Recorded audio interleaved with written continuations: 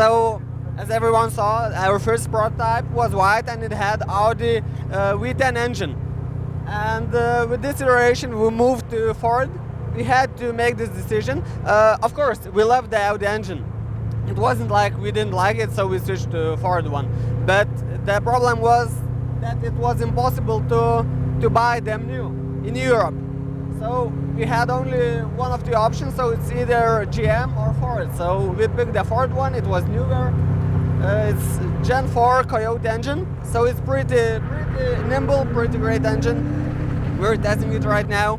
The program isn't finished yet, we're tuning it, but we will get there. And I believe it will be really great. At this moment we currently fully support only one engine. It's the Ford one, Ford Coyote engine. But the client can easily put his own engine. If client wants, we can provide a space for the engine, and then the client can put an engine that he likes, that fits. Yeah, a lot of ice in the city, a lot of spectators. It is one of our first runs in the streets. Yesterday we had our first one. We will try to go to the city later on, so we'll see how it goes. Okay, we just passed the police. One of the achievements is that we're on the street right now, here in Lithuania, in Europe. Of course, we need to submit application for a permit, and it's an automatic form, but we still need to submit it. We get the application, and then we can drive for one day on the streets. More interesting changes was the center console. So at first we had a vertical screen. In the first prototype, we hadn't even had a screen itself. It was just a mock-up. But we had no possibilities to fit the screen in the vertical state. So we moved to new design, horizontal screen. We had to design our own PCB for the CarPlay Android Auto. So yeah, right now we have a fully working display in our car. It has Android Auto, Apple CarPlay, navigation works just fine. We also have an option for audio pack, so you can even add speakers to it.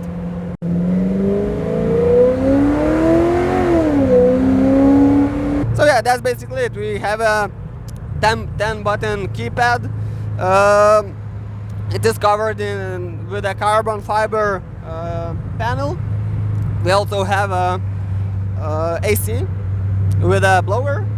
We can adjust AC on the left rotor. On the right we have a blower fan adjustment.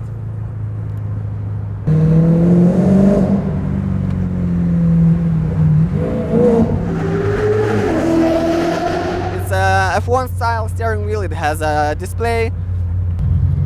On it we have a traction control, brake balance bar adjustable on the steering wheel. It's pretty big innovation. F1 cars have that technology on their side.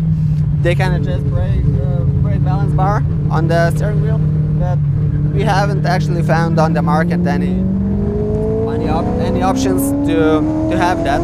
So we had to design our own system, and we're testing it right now.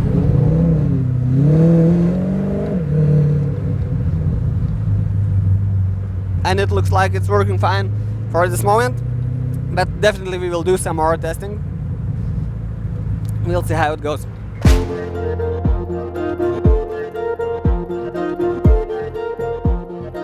Yeah, so let's move over to suspension.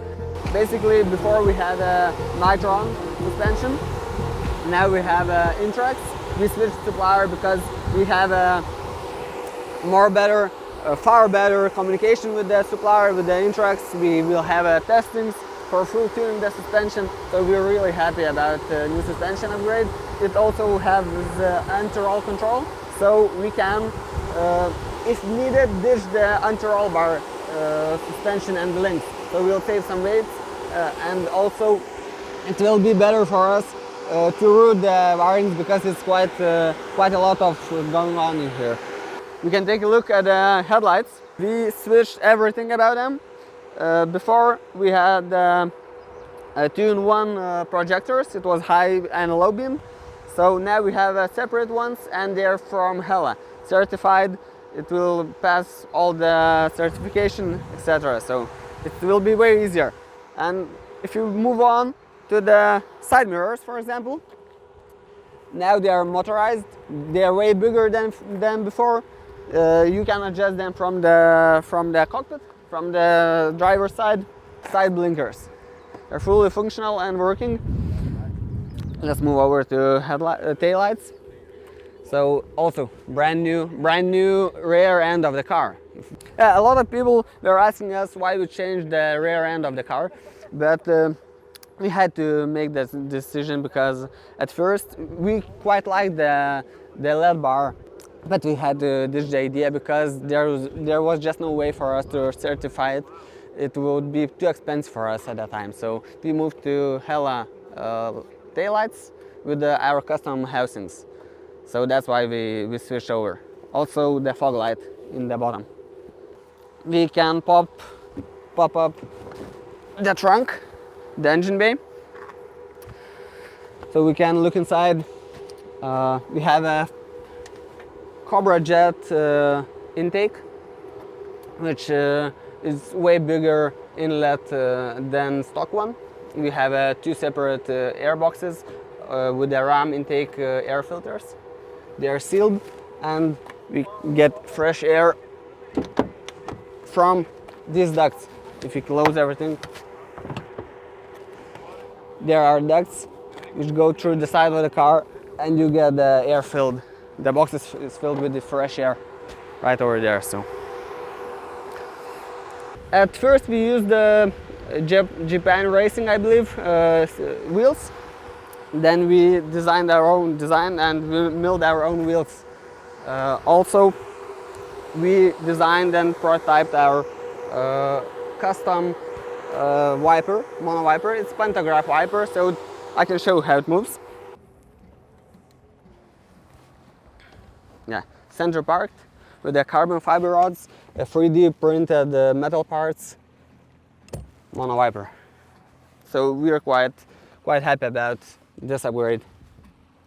License plate holders front and back. They're at this moment they're for a European market, for the European dimensions, but it can be easily made for the US or any other standard. A lot of billet aluminum parts, anodized.